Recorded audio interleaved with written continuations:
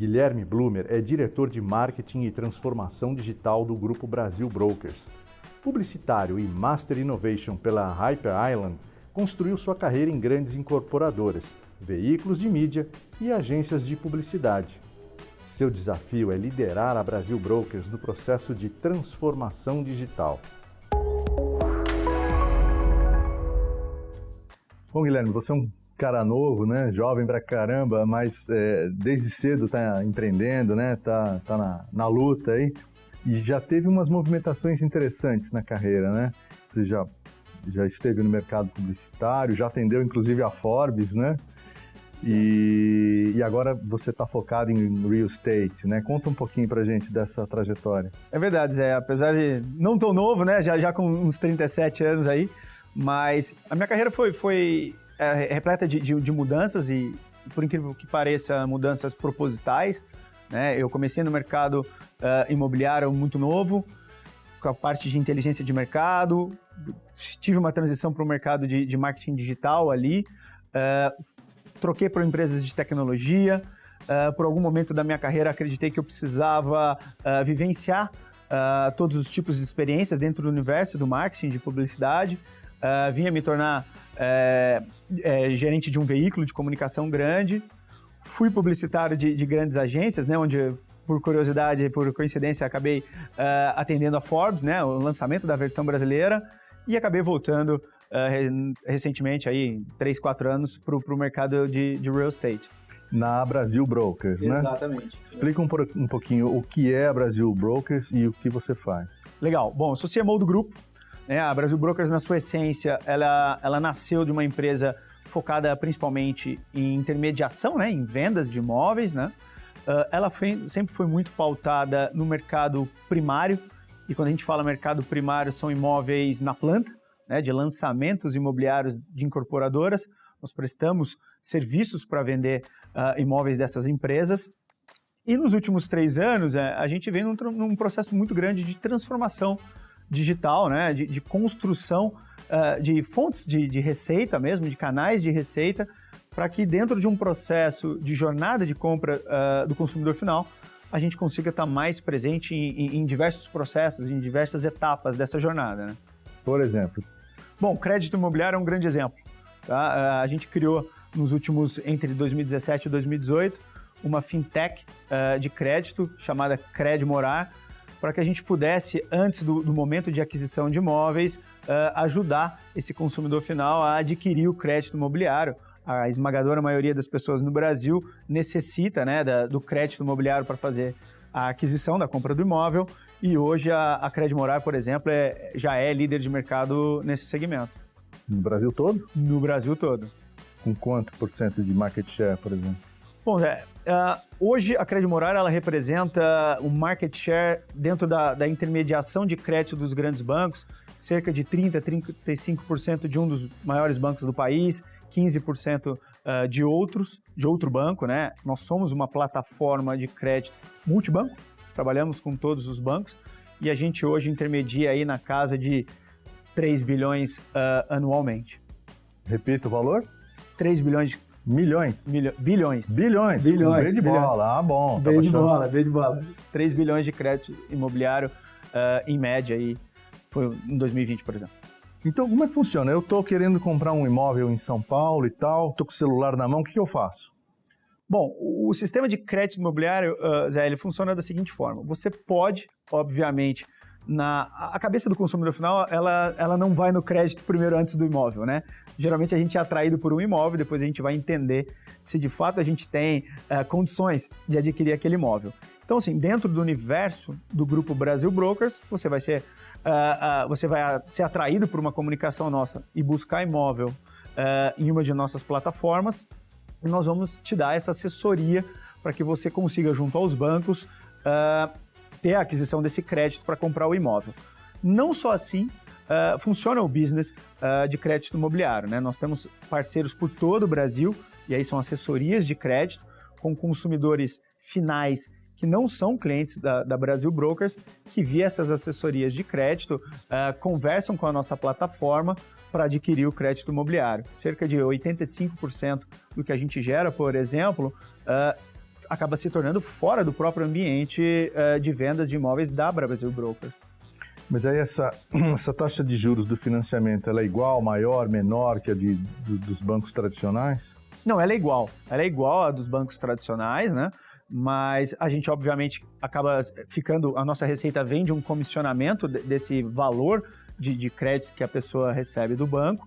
Mas eu acho que o grande diferencial está no serviço prestado, está na facilidade com que a gente dialoga com os grandes bancos e nessa velocidade com que você consegue adquirir o crédito imobiliário, né? É um processo ainda um tanto quanto em longa escala moroso e a gente consegue criar uma certa conveniência e velocidade dentro desse processo. Dá uma certa desburocratizada também, ou não? Exatamente. Eu acho que esse é o grande ganho do serviço prestado. O quanto a gente consegue desburocratizar processos, criar velocidade e, posteriormente, criar escala. Agora, Brasil Brokers não é um nome que a gente vê em placas, em outdoor, né? Ou mesmo nas obras. É white label? Como é que funciona? Não, na verdade, geralmente quando a gente vê obras, né, de incorporadoras, a gente tem o logo da construtora que está construindo e geralmente de quem incorpora esse processo. Geralmente quem intermedia as vendas fica com o logo um pouquinho menor ali, porque as placas que a gente vê de grandes lançamentos acabam tendo o benefício do incorporador de fato. Quando a gente vê imóveis usados, né, e aí o que a gente chama de mercado secundário ou locação, aí você pode chegar a ter placas de empresas do nosso grupo, né, como por exemplo a nossa startup a Desenrola ou a Bamberg, que é uma imobiliária da Zona Sul de São Paulo de imóveis de alto padrão, e aí a gente tem as comunicações das empresas que ficam debaixo desse guarda-chuva da holding do Grupo Brasil Brokers. Tá legal. E como é que tá o mercado paulistano, paulista, brasileiro, nesse momento de revolução, de pandemia? Zé, surpreendente, tá? Obviamente, a gente teve um momento difícil em 2019, né? E de 2015 a 2019, a gente sofreu um processo complicado dentro do mercado imobiliário. Por quê? Isso foi antes da pandemia. Foi antes da pandemia. O mercado imobiliário sofreu o que a gente chama muito forte de extratos, né, que são desistências de compra. As pessoas desistiam dos imóveis, então isso acaba tendo uma dificuldade para o incorporador que recebe essas unidades de volta. Isso acaba influenciando todo um ecossistema, porque não necessariamente ele precisa colocar novos produtos na rua, sendo que ele está recebendo os que ele já construiu de volta para casa. De 2019 para cá, as coisas vinham tendo uma melhora. Obviamente, com a pandemia do Covid-19, em 2020 a gente teve um momento de dificuldade, mas a gente vem vivendo bons momentos agora, até por questões macroambientais, né? A taxa Selic vem em números históricos, jamais vistos no Brasil. As taxas de crédito dos bancos vêm sendo favoráveis e isso acaba beneficiando absurdamente o mercado imobiliário. Acredito que 2021 seria melhor, obviamente a gente está aí em vias de viver um novo lockdown na cidade, mas os números que a gente chama de VSO, né, a velocidade sobre a oferta que a gente coloca na rua, a gente tem números bastante positivos já na cidade de São Paulo. No ranking do mercado, vocês estão em que lugar? Na cidade de São Paulo, a gente briga pela liderança, tá? Em números de vendas de imóveis. Obviamente, aí, olhando do cenário de vendas primárias, né? Com que a gente tem o imóvel do incorporador como matéria-prima para ser vendida. Lembrando que venda primária é imóvel novo ou na planta. Exatamente. No mercado de imóveis usados, a avaliação desse market share é um tanto mais, se faz um pouco mais complexa, né? Ela é extremamente pulverizada, a gente tem inúmeras, milhares de imobiliárias no Brasil e na cidade de São Paulo, mas com certeza se a gente for fazer uma avaliação, a gente também está muito próximo da liderança aí, do top 10, top 5 das empresas do mercado imobiliário secundário também. E o que vocês têm que as outras não têm, em termos de tecnologia, facilidades? Eu acho que o grande diferencial, Zé, que a gente acabou construindo nesses últimos 3 anos, de 2017 para cá, foi trazer principalmente conveniência para o consumidor final. O mercado imobiliário ele é um mercado de compra, de aquisição, às vezes única na vida das pessoas. Isso faz com que haja muita conflito de interesse. O corretor, a figura do corretor, por exemplo, é um parceiro do processo que não tem vínculo nem empregatício, na maioria das vezes, com a empresa, né? Ele vive daquela venda. Isso traz, às vezes, algumas frustrações dentro do processo, a necessidade dele e a pressa dele de te vender algo. O crédito imobiliário, como outro exemplo que a gente mencionou agora há pouco, do quanto moroso é esse processo, você tem que falar com o banco não tem uma ligação com essa imobiliária, com esse corretor que está te atendendo nesse processo. Então, assim, nos últimos 3 anos, a gente tentou criar de fato, e vem criando, né, um marketplace onde toda essa jornada, toda essa esteira possa ser completa dentro das empresas do grupo, né? Então, isso traz uma conveniência e uma diminuição de atritos na compra. Então, desde a aquisição do crédito, do apartamento, se você quiser locar um imóvel, tudo você consegue fazer dentro da holding do Grupo Brasil Brokers. A pandemia, ela mudou o comportamento do comprador, do interessado, na hora de olhar, pesquisar o mercado? Mudou bastante, até porque no começo da pandemia, né, eu sempre brinco, Zé, que o mercado imobiliário ele não é físico e ele não é digital, né, ele é phygital. Ele é um pouquinho dos dois, né, ele é o que a gente chama de O2O, ele sai do universo online para ir para o universo offline, e ele vivenciou dificuldades principalmente do processo da visita física. Existem pessoas que locam ou compram imóveis sem nunca ter visitado o imóvel? Existem, mas é um percentual ainda pequeno, é um público bem nichado, e a dificuldade de ter a visita física fez com que a gente mudasse nossas estratégias, obviamente, e a deles, do consumidor final, também, né? Então, a quantidade de vídeos 360 dos imóveis, a quantidade de reuniões por Zoom ou qualquer outra plataforma, Teams, que o corretor faz com o consumidor para apresentar o imóvel, se fez muito necessária.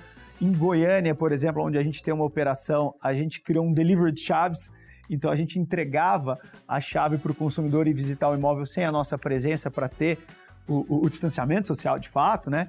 Então sim, houve mudanças e a dificuldade da visita fez com que a gente precisasse mudar um pouco a nossa estratégia. Você compraria um imóvel só olhando o site, sem visitar fisicamente? Eu particularmente não, Zé. Eu gosto de ver, eu sou um apaixonado por real estate, né? Por imóveis, por entender bairros e regiões. Então, eu gosto de avaliar qual é a padaria que está ali próxima, né? Qual é o supermercado, como é a região à noite, né? Se tem algum tipo de perigo ou não, né? Quer queira ou não, a gente vive numa metrópole que a gente vivencia perigos, né? Então, eu particularmente gosto de estar lá presencialmente para olhar. Porque às vezes tem, enfim, você não conhece a vizinhança, você não conhece, às vezes tem enchente na rua de baixo, né? Você precisa ter um indicador em algumas cidades do interior, que é uma marca marrom, assim, nos muros, né? Que você sabe que ali de vez em quando tem enchente, que é aquela marquinha de terra, né? E tem outras coisas meio intangíveis, né? Quando eu estava procurando casa para morar em São Pedro, era muito engraçado. Tinha uma casa que a gente entrava e não queria mais sair dela. A gente fingia que estava interessado. Acho que na época ela não servia por algum motivo, acho que tinha um quarto a menos do que eu precisava. Mas vira e mexe, a gente pedia a chave na imobiliária para ir passar uns 15 minutos na casa, de tão convidativa que ela era. E outras casas que teoricamente maiores, melhores, você entrava e já queria sair logo. Eu não sei o que é isso, não sei se é Feng Shui, se é assombração, o que é. A energia que a gente sente de entrar no local, né? Exatamente. Eu acho que, para mim, ainda isso conta muito. Conta muito, Zé. No ambiente, às vezes, da aquisição do imóvel, da compra, isso no meu ponto de vista, muito difícil de ser tirado. Às vezes, no ambiente de locação, onde você consegue obviamente, contratualmente, se desvencilhar desse ativo mais facilmente, né? Às vezes, em 12 meses você consegue sair, até a possibilidade de locar um imóvel sem ir lá ver, faça até mais sentido. Mas, realmente, na aquisição, você entender a energia daquele local, eu acho difícil também de tirar. Então, e também é o que você falou, em geral, é a maior aquisição que a gente faz na vida, né? Então é bom ter um certo, né? É bom ter um olho ali. Uma certa cerimônia nessa hora. Mas vamos falar de business. E o mercado, como é que está reagindo? Como é que está? É um bom negócio? É um ramo que ainda tem grana para ser movimentada? Como é que você está vendo isso? Bastante, Zé, bastante. O mercado imobiliário hoje representa no mundo 14%, né, do PIB mundial. Do PIB mundial. É um mercado que andou um pouco devagar em relação a outros mercados, obviamente, no processo de transformação digital, um mercado um pouco mais resiliente, mas que nunca andou tão rápido, tá? Os números que a gente vê hoje são muito bons. Aquela ideação do tijolo moeda forte, né? Ele voltou a ser muito forte, né? A construir esse universo de aquisição de imóveis como uma parte importante dessa comprovação dos seus rendimentos, né? Dos seus bens. A gente vê hoje CDI, enfim, pouco convidativo, né? Em relação à rentabilidade. E às vezes a locação ou ativo imobiliário voltou a ser muito mais interessante do que muitos papéis que a gente via anteriormente, né? Eu tenho um filho de 13 anos, quando ele tinha 11 ou 12, ele conheceu um amigo nosso que é investidor e tal, e ele botou na cabeça que agora ele quer investir em fundo imobiliário. Muito interessante. É a meta dele. Eu falei, tá bom, filho, vamos nessa. É o momento. Tem diferença entre o mercado de luxo, de alto padrão, o mais popular e os co-livings? Qual tá mais bombando? Assim, Zé, o mercado de alto padrão, ele sofre menos oscilações, tá? Em relação a crises e tal. Quando a gente olha do ambiente, por exemplo, de visitações físicas da pandemia, essas visitações elas são menores, a pressa desse comprador ela é menor, né? Mas quando ele faz uma visita a um imóvel, por exemplo, ele tem uma taxa de conversão maior de adquirir aquele negócio, ele realmente vai quando ele tem muito interesse. Isso nos padrões menores, a quantidade de visitas físicas, por exemplo, que você faz é muito grande para realmente converter numa venda. O mercado de altíssimo padrão foi super bem em São Paulo, mesmo no ano passado, com o auge da pandemia. O mercado, por exemplo, horizontal, que a gente chama que são de casas de altíssimo padrão, até por poder fazer a visitação, o proprietário permitia, teve ótimos números. E o mercado de padrão um pouco menor, de imóveis de 1, 2 dormitórios, também foi super bem. Tá? Aí tem também a questão desse cara do alto padrão comprar esse imóvel menor para pôr para locação, né? Para você ter uma ideia, no ano passado, imóveis de 1 e 2 dormitórios representaram 87% das vendas da cidade de São Paulo. Então é muito forte esse segmento. E, obviamente, com as taxas de juros, o consumidor final também tem total condições de adquirir, né? Então, hoje, todos os segmentos do mercado imobiliário tem situação favorável para adquirir um imóvel. Tá? E essa tendência de compartilhamento de imóveis, o que você acha disso? Eu particularmente gosto, tá? Eu acho que assim, das startups, por exemplo, do Vale do Silício, a gente estava até comentando anteriormente, eu acho que o Airbnb, por exemplo, obviamente aí numa locação de short stay, é muito interessante, tá? Obviamente com esse momento de pandemia, né? Você viver com outras pessoas no mesmo local, no mesmo ambiente, às vezes se faz um tanto quanto perigoso ou constrangedor, mas eu acho que é algo que vai vir a voltar. Esse mundo do compartilhamento, principalmente dos millennials e das gerações que vêm agora, faz muito sentido para eles, né? A aquisição do imóvel não faz muito sentido para essa turma que está vindo, né? Eles são muito mais da experiência, de viver, né? De ter uma moradia, às vezes, por assinatura, né? Então, isso dificilmente não vai crescer. Esse conceito de multipropriedade já chegou no mercado de luxo também, né? Já chegou. É um bom negócio para quem quer investir? É um bom negócio. É um bom negócio. Tem taxas bacanas para serem trabalhadas. Nem todos os modelos que a gente vê, mas fazem muito sentido, sim. Fazem muito sentido. Guilherme, obrigado. Espero que a gente converse outras vezes. Foi um prazer, Zé. Sempre que a gente puder, vai ser um prazer conversar com você.